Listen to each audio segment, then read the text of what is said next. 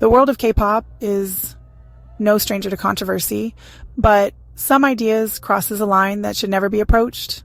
The proposed K-pop audition show, Under 15, was one such idea, requiring all contestants to be under 15. The show was set to debut in March 2025. This wasn't cute. This wasn't culture. It's corporate child exploitation wrapped in glitter and dance practices.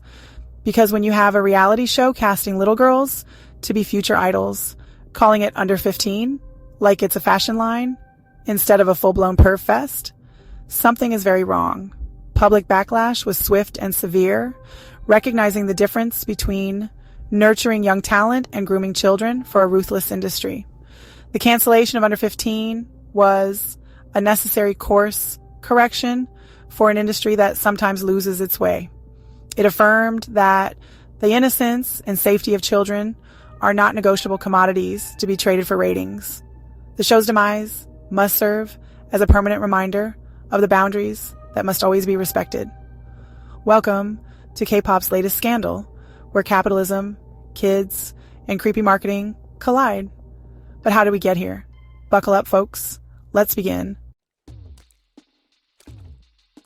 Under 15 promised to find the next global K-pop superstar among girls aged 15 or younger. On June 9, 2024, Seo Hye-jin revealed teasers inviting any female under 16 as of 2025 to apply for the show.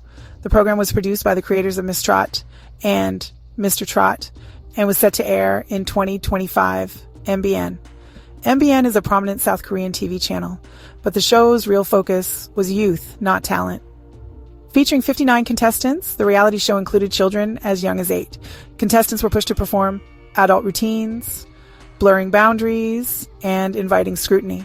After all, Under 15 was a K-pop survival show. And if you are a subscriber to my channel, you know I hate these shows. These shows are full of fake drama, evil editing, physical challenges, psychological cruelty, body shaming, and long shooting days, and more fuckery I can list. Under 15 became a nasty recipe for exploitation, prioritizing commercial appeal over protecting children, or even finding talented children. The backlash against Under 15 was immediate, fueled by the show's Tonedeaf marketing. Advertising for the show began in early 2025. Posters featuring barcodes made it clear the contestants were being packaged and sold as products.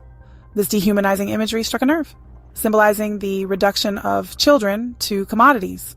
Also, one thing I noticed were the poses and styling of the little girls.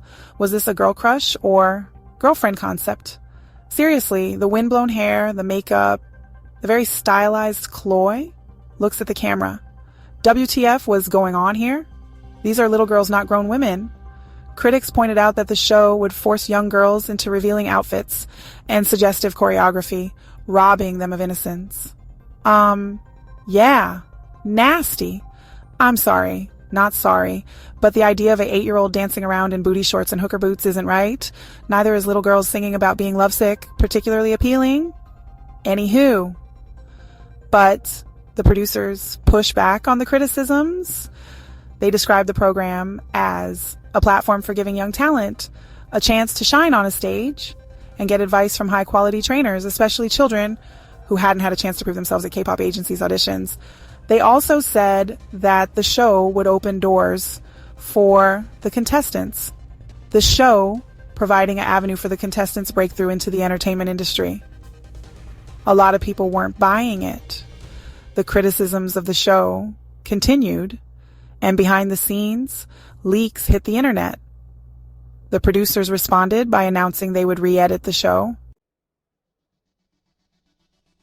Under 15's controversy erupted while South Korea was already reeling from tragedy. In March 2025, allegations surfaced that actor Kim Soo-hyun had groomed Kim Se-ron when she was 15. Her tragic death made headlines and intensified public grief. The nation was mourning a young woman allegedly failed by the industry, and Under 15's launch felt painfully insensitive. The show became a symbol of the system that had failed to protect vulnerable youth. Public outrage was not just about a TV show, but about a pattern of exploitation. The timing turned criticism into a cultural reckoning. People drew a line in the sand, saying, no more. The cancellation was a necessary response to a culture of concern that had reached its breaking point. Experts quickly clarified the dangers of under 15, moving the debate beyond emotion.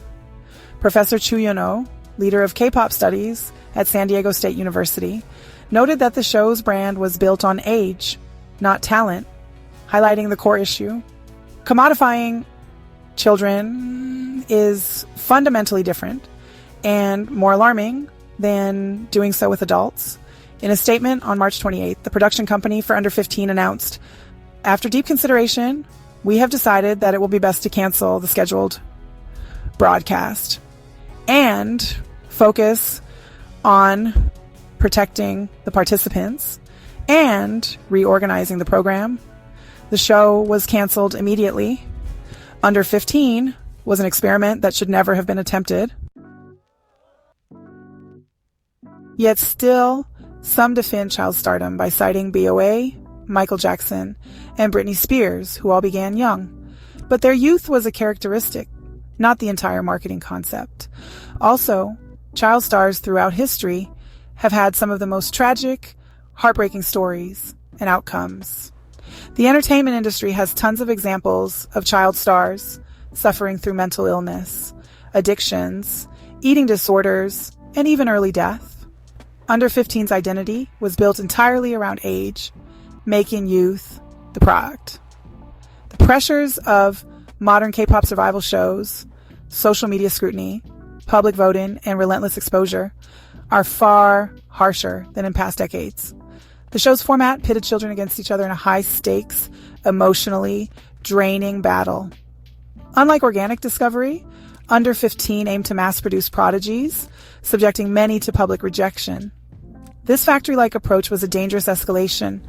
The tradition of young stars exists, but Under 15 crossed a line from nurturing talent to industrial exploitation. It wasn't about finding one prodigy. It was about manufacturing them. That's what made it uniquely harmful. Let's talk about some real ish. Under 15's controversy exposed K-pop's deeper obsession with youth. In this industry, youth is the most valuable currency, driving agencies to debut artists younger and younger. This pressure sacrifices normal adolescent development for commercial potential. Grueling training regimens begin in early childhood, risking long-term harm. Don't even get me started on the crazy dieting. The fascination with innocence can easily become fetishization, especially for female performers. The baby talk, cutesy schoolgirl outfits, the fake feminism, and yes, the numerous plastic surgeries. The idol industry treats performers as disposable dolls, stifling artistic growth, and for God's sakes, do not show any real personality.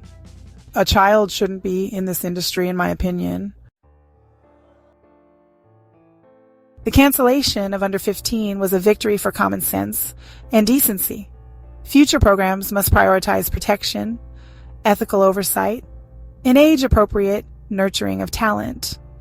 Stricter regulations and accountability are needed for underage performers' welfare. The public has shown it can demand change, and that pressure must continue. Treating children with care is not an obstacle to success, but a prerequisite for ethical business. The dreams of children are pure but fragile, and adults must protect, not exploit them. So what do you think? Have you heard of this show? Let me know in the comments. And subscribe for more K-pop news and issues. Bye.